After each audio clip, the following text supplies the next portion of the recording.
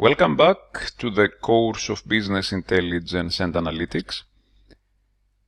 This week we are going to explore regression a bit deeper, and we are going to see what are the connections between regression and causation. In the previous week, what we saw is the following. We saw an example where we try to build a predictive model, right? So we try to build a predictive model. So what was this doing? I wanted to sell my house or my apartment. I didn't know how much should I price it. So what I did is I collected old data, historical data. So houses that have been sold already and what was the price, and I collected some features of these houses. Just to simplify the matters, I just collected how big the house is, the house area in square meters, right? 120 square meters costed 930,000 francs, 65, 700, etc. So I got all these are 2D points, all right? So I got all these 2D points and I put them in here onto my XY plane, right? Each of these blue points is a row from this data that I have collected. And I try to build a model. Here I saw a little bit more complex model, but in the previous class we built a linear model using this data. So we call this a regression model because it is trying to predict, all right, this numeric value that we want here. So if I have a house that I want to sell, imagine this is here, let's say it's 100 square meters. I go and I see, okay, how much I should price it. So in the past week, we saw which model, all right? We saw this model here, the linear model. But there are many other models that you can build using this type of data. So you can build a more complex model or some even more complex model that fits through this data. The question is, which is a good one? And as we said last week, all models eventually are going to be wrong. We can never understand the reality to its full extent. So all the models are going to be wrong, but some are going to be useful. Now the question here is, how do we find which predictive model is useful? What does useful mean? Useful means that this data this model does well on data that it has not seen. This is a good model. So it's a model that does very good in the real world, that generalizes very well. So before, in the previous one, we built this model, the linear model. And we said, okay, we have some error. We have, this is an error. The RSS, the residual sum of squares. So this is essentially we sum up the squares of these errors. And imagine that for this case, it's 130, all right? The sum of all of these errors. Now we built a more complex model. More complex means that it is higher order, it uses more memory, etc. So we built this model, which is a little bit more complex. So in this one, we need more parameters. A quadratic model, the error goes from 130, it goes to 110. So it starts to reduce the error. Before we were at 110, now we are, at 130, now we are at 110. And if we build an even more complex model, the error goes into 15, all right? So we have 130, we have 110, and then we drop into error 15, all right? So this is the error here. So what is going to happen? What do you think? So which is a good model to use? Is it the previous one? Is it the quadratic one? Or this very more complex, higher polynomial that we have here? So this is quadratic, it's to the power of p. Right? First of all, how do we create this one? Right? How do we create this model here? Just as an example, before we said we had these values here. We had the house size and we had the price. So if we want to create, for example, a higher polynomial, what we can do based on the value of x, which is the house size in square meters, let's say we want to build a quadratic model, what we can do is take this value and square it. So we are going to create another virtual column with the value 100 square, another one with 132 square, with 85 square. We are also going to create internally, this we don't have to deal with, internally the model is going to create also this dummy column for once, which is for the W0, for the intercept. All right, so we put this into some type of matrix format. So this is kind of going to correspond W0, this is going to correspond to the W1, right? We here said W0 plus x plus W2 multiplied by x squared. So what we have to do is what in this case? We are going to have to find these variables, the W0, the W1, and the W2 from here.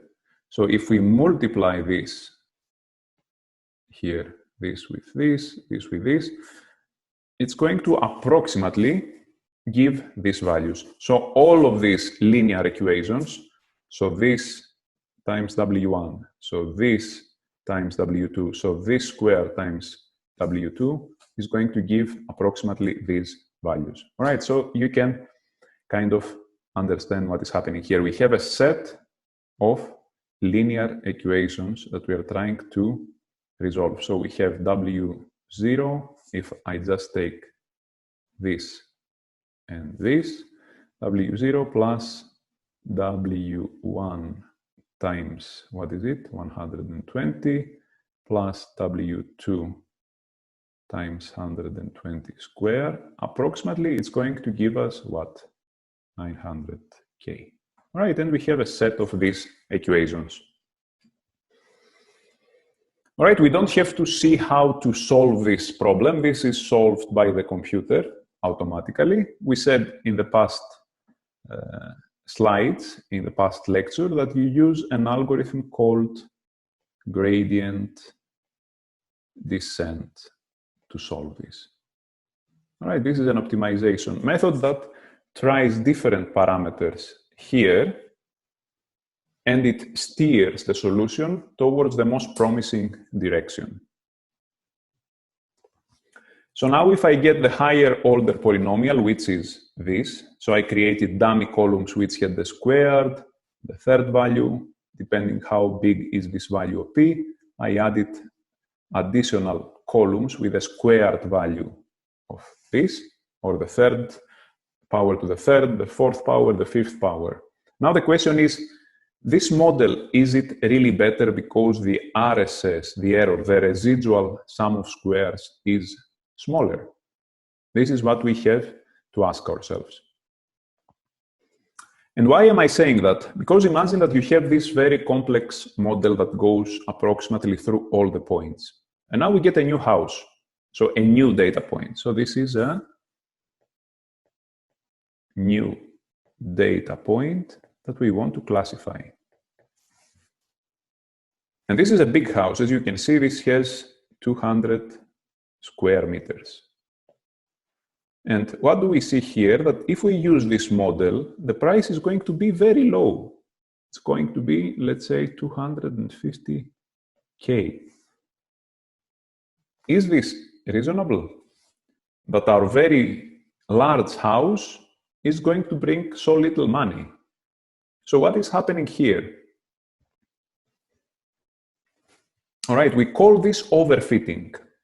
So we created a model that fits well to the data that we have given to train it. So it fits well the training data.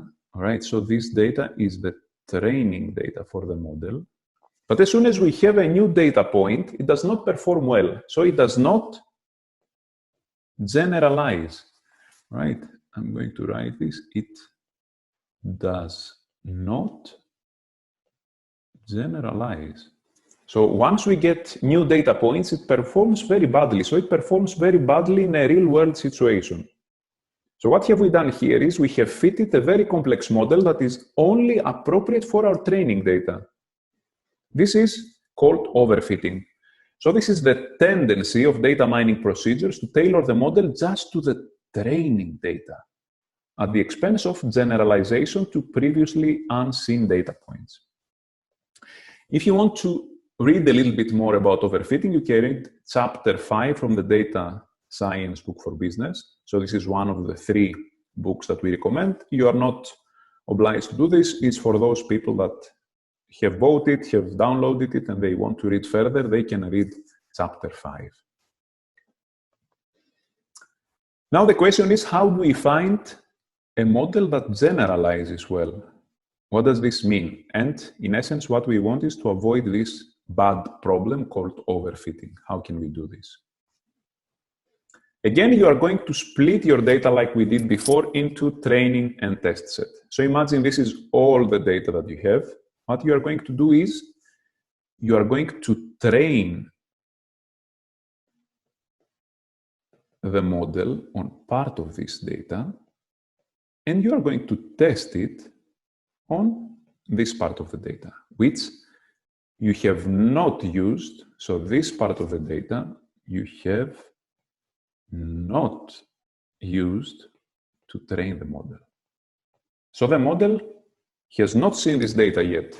This data, it has not seen it. So we have trained here, but we are going to see how it behaves on these data points here. Right? So this is how we're going to see how well our model generalizes. Just to repeat what we said last time, we take some of these data points. So imagine these are all our data points that we have here in our data set. We take some of them, the blue ones, and we use it as the training set. We compute the training error. Oops. We leave 20% approximately of the data points out, and we compute the test error for all of the test examples. In this case, we have 1, 2, 3, 4 test examples. This is the test error. And then we create for different models. So if we want to see if a linear model is good, or if a quadratic is good, or of a third power or fourth power, or something more complex is good. So we have the linear model here, the quadratic model here, etc. So the third order, fourth order, until the 20th order polynomial. So the training error, as you create more complex models, this is training error, right? We use more complex models. Simple, more complex, even more complex, even more complex, etc. So we keep increasing the complexity. We mean complexity because essentially these need to have more parameters, right? Here we just need 2 parameters, the W0 and the W1. Here we need 3 parameters, W0, W1, and W2. Here we need even more. That's why our complex is more model, because we need to find out more parameters. So the training error is going to always go down if you make your model more complex. But the test error is going to go down in the beginning, and then once you increase the complexity of the model, it is going to go up. You can see this in many cases. Right? So a good model complexity, how do you find which model is good, which order of polynomial? You are going to see it by seeing this plateau, in a sense, of the test error. Right? So at this point, this is a good model. Let's say this is polynomial of order 5. Right? So this is what I'm going to pick as a good model to use. This is a model that generalizes well. It performs well even on data that it has not seen already.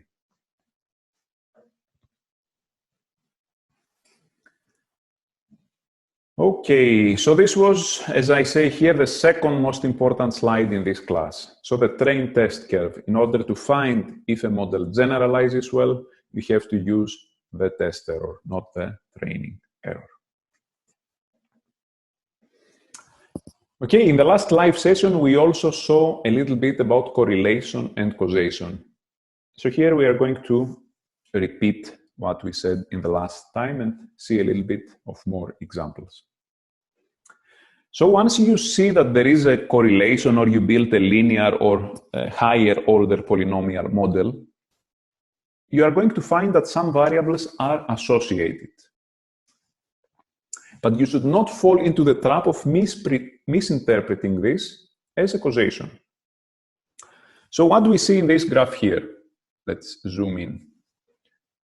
So here we have the x-axis is the fat intake, so how much fat we eat per day, per capita, so per person.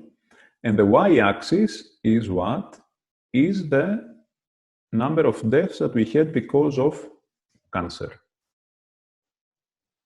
So here this figure seems to suggest that for countries like Netherlands, Denmark, etc., Switzerland, even Switzerland here, that have high intake of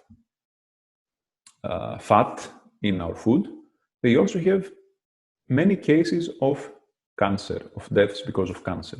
So you can see that you can kind of fit this regression line here. So what does this mean? So this seems to suggest that for countries, actually fat intake, does it cause cancer or not? So this is actually a trap. Here what we show is correlation, but we don't show causation. So we don't show that fat causes deaths, right? We don't show this. So don't fall into the trap of thinking that. Also another example, here we have chocolate consumption. All right, the x-axis is chocolate consumption, a lot of consumption in Switzerland, as you can see. And the y-axis is the number of Nobel laureates per 10 million of population. So many in Switzerland and also high consumption of chocolate. So Switzerland is the winner here, but what does this mean? That if we start consuming chocolate, we are going to have more Nobel laureates, right? This would imply causation, but here we just observe association. Okay, there are many cartoons out there that satirize this trap that sometimes we fall into. So here, these people, they found that there is a correlation of sales and the saved heads. So they suggest, okay, everyone take a razor and save their head. Right? This is an example of falling into this trap. So when we build a regressive model, if the R-square value is high, all right, so we are going to have a graph, it's going to have something like this. The R-square is going to be big in this case. It's going to be, let's say, 0.9. This may suggest that there is a correlation, or this suggests that there is a correlation. So correlation actually means what? That the values, they track each other. So if something increases, the other one increases as well. So the height and the shoe size. People that are tall, they have bigger feet. Grades and SAT scores. If you do well at the university or in high school, you are also going to do well at your entrance exams at the university. Now, what does causation mean? So causation, on the other hand, means what? That one value influences the other. So here it is tracks, and here it is influences. So education level and starting salary. So education level definitely influences the starting salary. If you have a PhD degree, you are going to start always with a higher salary, right? So this is influences directly. Or if you are smoking, you are going to get cancer, right? So for many years, people knew that there was an association between smoking and cancer, but to prove causation, it is much, much more difficult. Why? Because you have to try and remove this variable from the examination and see what happens then. So if I have it, what happens? If I don't have it, what happens then? So this is much more difficult to control. Therefore, correlation does not imply causation. Correlation can be the result of causation from a hidden or confounding variable. So that may be something else. So if A and B are correlated, it may be because there is a hidden variable, some hidden parameter that influences both A and both B. That's why both of them, they increase or decrease at the same time or at the same rate. Couple of examples which we saw in the live session also last week. Homeless population and crime rate. There is a high correlation between them. So if there is a lot of population, there is a lot of crime rate. The confounding variable here is the unemployment. So this is the variable that influences both homeless population and crime rate. Again, forgetfulness and poor eyesight. And poor eyesight. They are correlated, but the confounding variable here is the age. So the more we age, the more we forget, and the more we age, the more our eyesight deteriorates. Right? But forgetfulness does not influence the poor eyesight. Just to give you a more concrete example. So imagine that you hear a sound. Okay, you hear a big sound, you hear a big bum. And every time you hear a big bum, you see a plate on the sky, right, flying. And when you hear the bum, this one is being broken into 1,000 pieces, this plate. So it breaks into many pieces. And you hear this many times, and you start to keep track of this. So, do I hear a sound, and is the plate broken? 2 columns. Whenever I hear a sound, I put 1 here. Do I see the plate broken? I put 1. And this happens many times. 1, 2, 3, 4, 5, 6, 7, 8, 9. All of these times when you hear a sound, the plate that you see flying on the sky, it breaks into 1,000 pieces. And the final time you hear the sound, but the plate doesn't break. So as you can understand from this table here, there is a very high correlation. Whenever you hear the sound, you see the plate being broken. So does this mean that the sound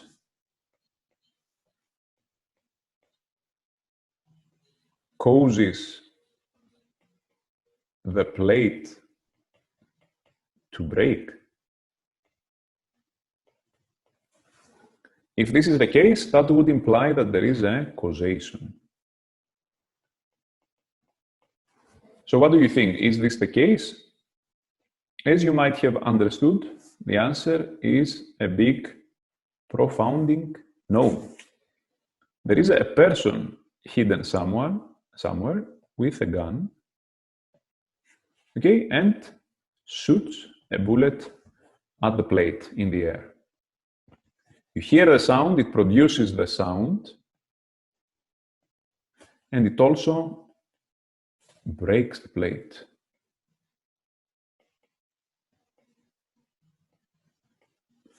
So you see that it is the gun